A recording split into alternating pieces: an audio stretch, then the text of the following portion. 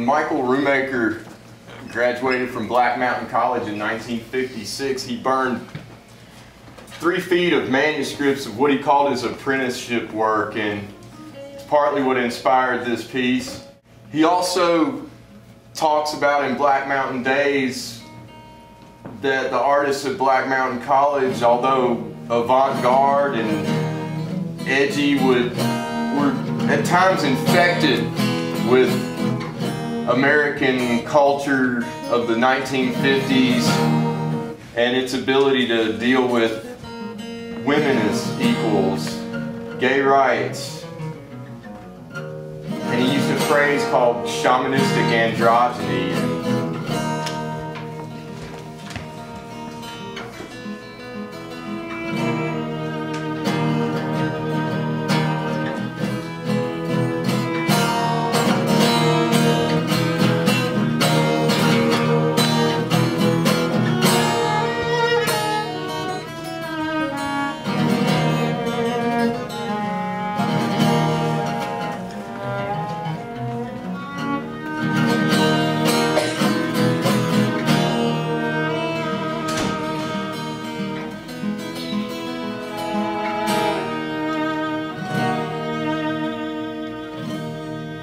At the viewing, waiting for Uncle Barton's body suddenly to sputter and lurch to life the way his old tractor did each spring.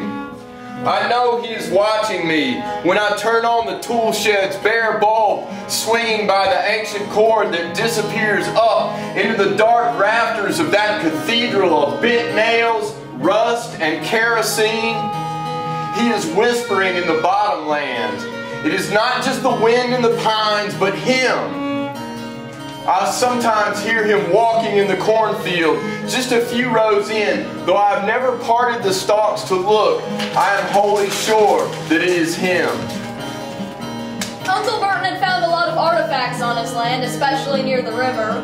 Old Catawba pottery sherds and arrowheads. When we were children, Uncle Burton would walk in the woods with my brother and me.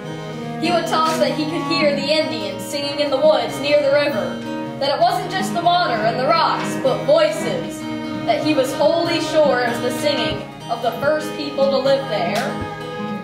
Maybe a week before he died, I was out at the farm and Uncle Burton brought up the voices. He asked me if I remembered him telling me about those Indians singing. Sure I did. My brother did too. Well, said Uncle Burton, they're still there, but if they build that goddamn highway, won't nobody be able to hear them. Maybe not ever again.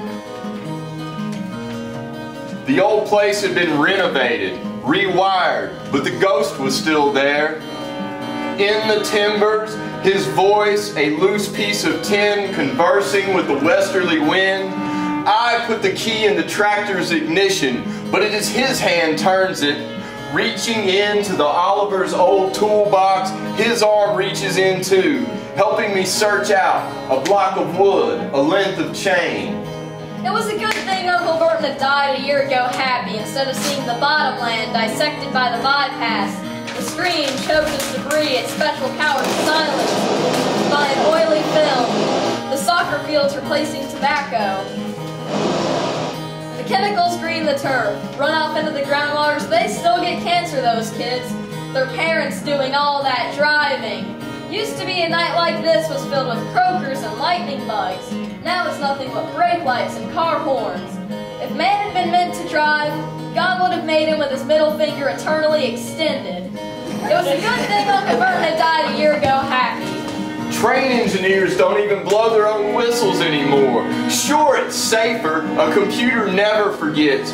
Maybe all that safety will give us space to spin yarns like vibrant, transcendent spiders, orbs of energy. Or maybe we will just atrophy in a casing that lacks sweet sap. Nourishment. The power company murdered the mammoth oak in the pasture, paved it over. I sold the last of the cows and became wholly convinced Uncle Burton had died happy a year ago.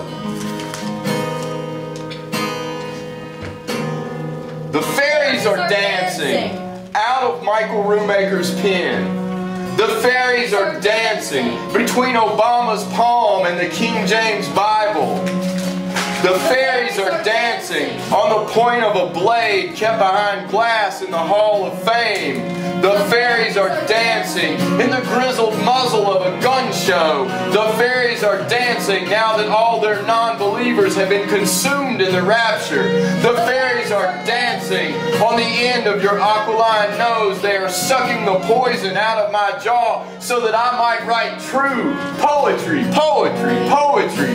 The fairies are laboring, a labor of love for the archangel hipster Rumaker. His pen is dancing from Walt Whitman's bridge to Jeffrey Dahmer's gaping maw. The shaman's pen is dancing. The fairies are dancing in the teeth of the onslaught of America. The fairies are dancing to the waves of a sea change. The fairies are dancing to the birth of equal rights and to the death of poverty.